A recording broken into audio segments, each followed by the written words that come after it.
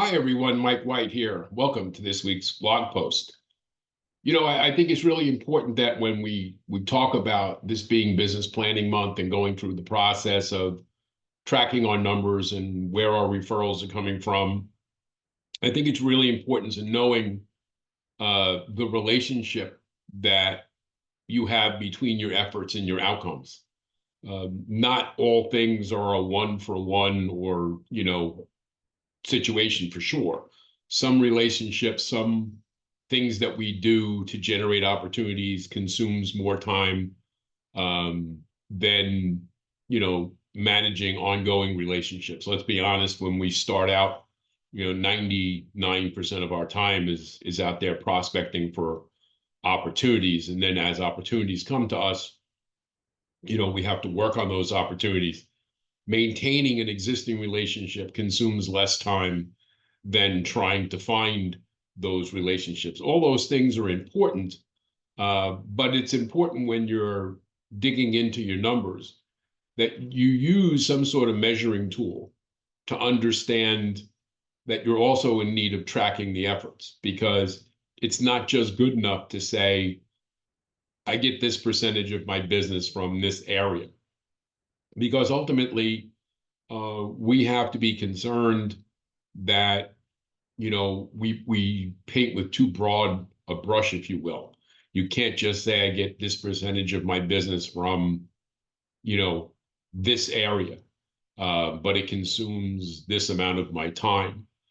Really drilling down into how much time you spend, working the opportunities that come from each relationship, as well as really digging into the maintenance behind that. And I bring that up because it reminds me, as I go through business planning with people and we start looking at that, and they say, well, why is it important to know that? And it just drives me back to a client that I had in the past, that when we were going through their business planning process, we noticed that this person was spending about 75% of their time working in an office that generated about 40% or so of their business.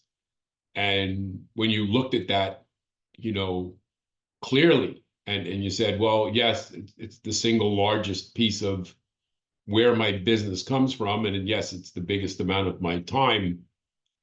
But my point was it proportional?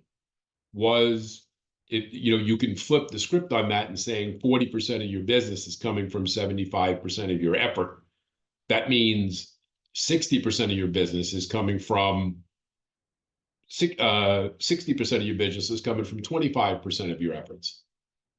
What if you spent all of your time doing the things that you were doing in that 25% of your time that was generating the 60% of your business? Your business would grow exponentially. Now, it's not always fair to say that, because it's again, like I said before, they're not always one for one.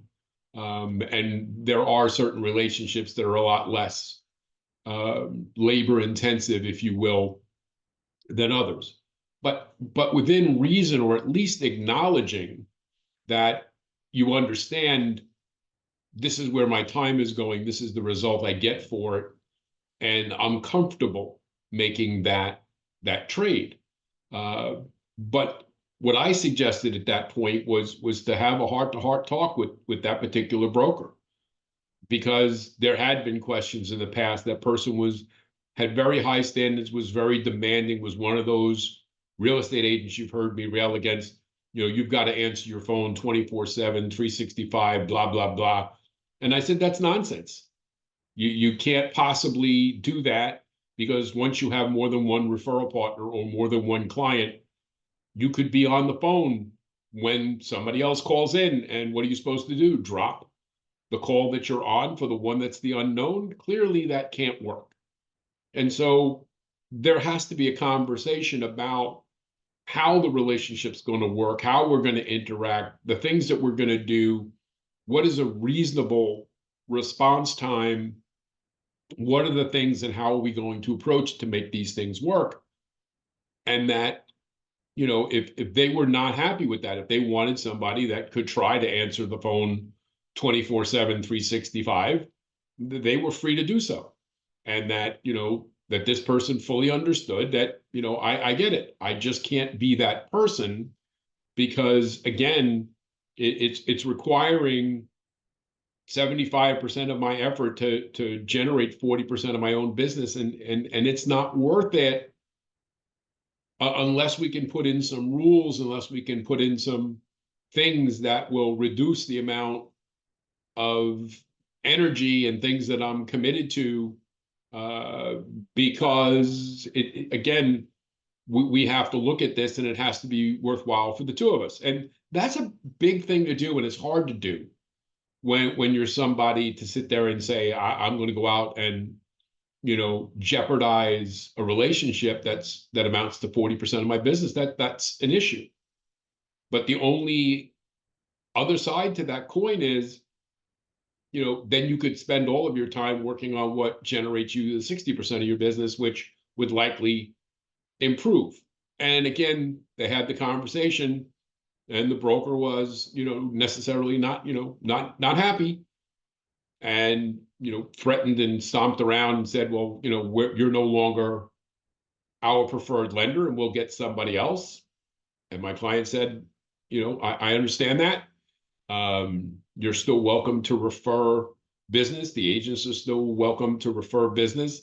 These are the rules by which we can do that. And I have, no hard feelings. And, I'll make that very clear as we go forward. And as, anticipated at that next sales meeting, that broker told the agents in that office that this person was no longer their preferred lender, and they should be using somebody else that would be there 24/7. And within a week or so, most of the top producing agents in that office that were using this particular loan officer had reached out and said, look, I don't care what this person says. I'm happy with the way you do business. I'm happy with the way you take care of the client. I've got no problem with the situation as it stands. And if you'd like, I'd still like to send you business. And they did. And what we found out that in the days and months that followed, a vast majority of the top producing agents in that office continued to send this loan officer their opportunities.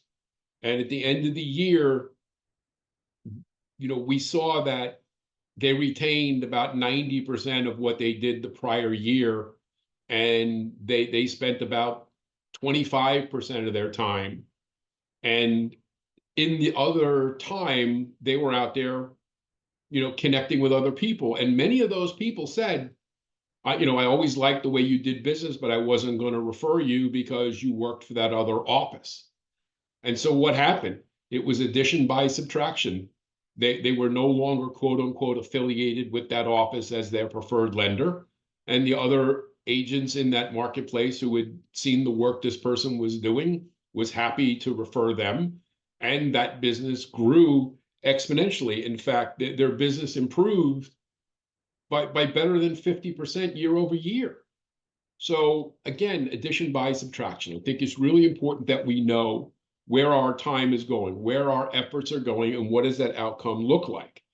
And when you're working on your business plan and you're running your numbers, you've got to run through how much time, again, am I spending on managing those relationships, how much effort, so I can track that effort versus outcome and decide whether these things are working for me or not.